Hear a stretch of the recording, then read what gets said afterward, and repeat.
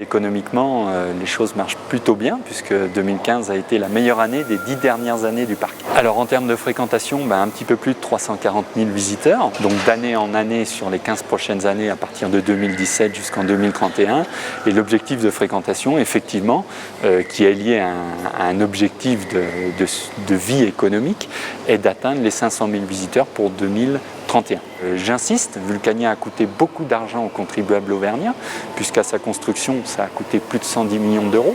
Sur les 10 dernières années, on a rajouté 28 millions d'euros. Par contre, je tiens à le dire, à partir du 1er janvier 2017, Vulcania ne coûtera pas plus cher aux contribuables que n'importe quelle structure privée qui aurait des projets de développement et qui pourrait prétendre donc à des financements départementaux, régionaux, étatiques, voire européens.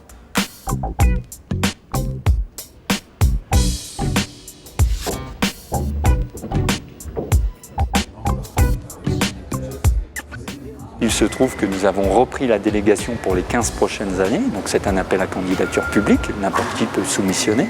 Et dans cet appel à candidature, il a été stipulé que peu importe qui allait prendre la gestion du parc Vulcania, la personne et l'entité qui prendrait la gestion du parc pour les années 2017 à 2031 investirait elle-même sur ses fonds propres, donc pour le développement du parc. Donc très concrètement, pour donner quelques chiffres, nous sommes sur un projet d'investissement de l'ordre de 38 millions d'euros. Et il faut rappeler aussi que Vulcania a coûté, comme on vient de le voir, de l'argent, mais que Vulcania rapporte également beaucoup d'argent, puisque très concrètement, une étude qui a été réalisée il y a maintenant quelques années montre que nous sommes, alors en fonction de l'optimisme de l'étude, entre 35 millions d'euros et 50 millions d'euros de retombées annuelles pour l'économie locale.